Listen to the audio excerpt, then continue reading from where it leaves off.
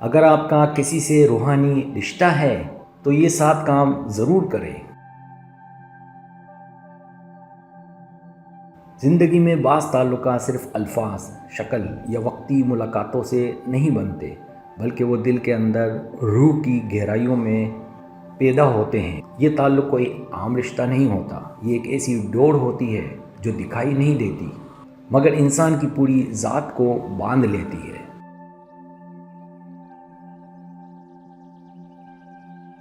روحانی تعلق کسی انسان کو دیکھ کر دل کی بے چینی ختم کر دیتا ہے، اس کی موجودگی میں سکون اترتا ہے اور اس کے بارے میں سوچ کر دل اللہ کی بارگاہ میں جھک جاتا ہے۔ لیکن یاد رکھو، ایسے تعلق آزمائش بھی ہوتے ہیں، کیونکہ وہ محض محبت نہیں، ذمہ داری، صبر اور قربانی مانگتے ہیں۔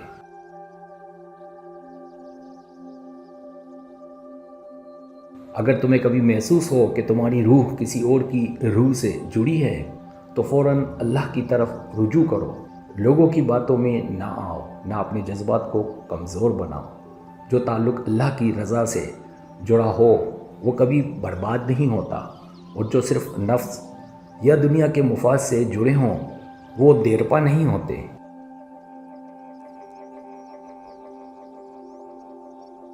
روحانی تعلق تمہیں مضبوط بناتا ہے، عبادات کی طرف مائل کرتا ہے، تمہیں اپنے اندر کی کمزوریوں سے نکالتا ہے۔ اگر تم واقعی کسی کے ساتھ اپنی روح کی ہم آہنگی محسوس کرتے ہو تو دعا، صبر اور اللہ پر یقین کو اپنا ساتھی بنا لو۔ دنیا چاہے جتنی مخالفت کرے، اگر اللہ نے تمہارے لیے کسی کو چنا ہے تو وہ تم تک ضرور آئے گا۔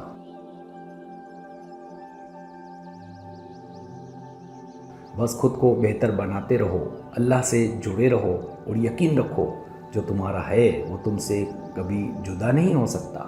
اللہ کا فیصلہ سب سے بڑا اور اس کی حکمت سب سے خوبصورت ہوتی ہے۔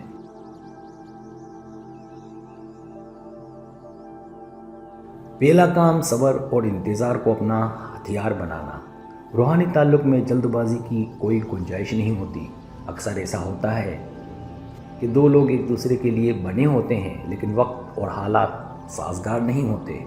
اگر آپ واقعی کسی کے ساتھ روحانی تعلق محسوس کرتے ہیں تو آپ کے لیے صبر سب سے اہم عمل ہے۔ صبر صرف وقت گزارنے کا نام نہیں بلکہ دل کو مضبوط بنانے اور اللہ کی حکمت پر یقین رکھنے کا عمل ہے۔ صبر کے بغیر روحانی تعلق بکھر سکتا ہے، کیونکہ دنیاوی رکاوٹیں، فاصلے اور آزمائشیں آتی رہتی ہیں۔ یاد رکھیں، اگر وہ شخص آپ کا نصیب ہے تو اللہ کے حکم سے وقت خود سازگار ہو جائے گا، اور اگر نصیب میں نہیں تو صبر ہی آپ کو نقصان سے بچائے گا۔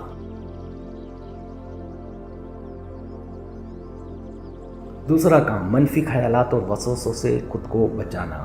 جب انسان کسی سے روحانی تعلق پر جڑتا ہے تو شیطان اور دنیاوی حالات اس تعلق کو خراب کرنے کی بھرپور کوشش کرتے ہیں۔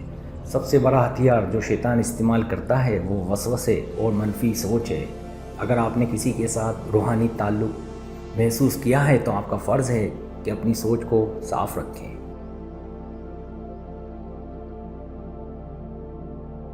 وسوسے، شک، بدگمانی اور بے بنیاد خوف سے خود کو بچائیں۔ یہ خیالات آپ کے تعلق کو کمزور کر سکتے ہیں، جبکہ روحانی رشتہ مضبوطی، اعتماد اور مثبت سوچ پر قائم ہوتا ہے۔ اللہ پر یقین اور دل میں نرمی رکھ کر ہی آپ وسوسوں کو شکست دے سکتے ہیں۔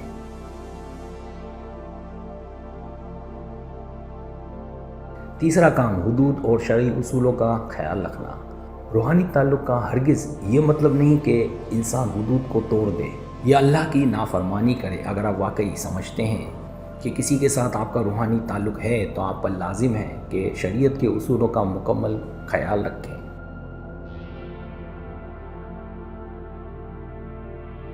بنا نکاح کے ناجائز تعلقات، غلط گفتگو یا حرام ملاقاتوں سے گریز کریں۔ پاکیزہ رشتے کی بنیاد اللہ کی رضا اور شرعی حدود پر ہوتی ہے۔ جو تعلق ان اصولوں پر پورا نہیں اترتا وہ وقتی کشش ہے، لیکن روحانی تعلق ہرگز نہیں۔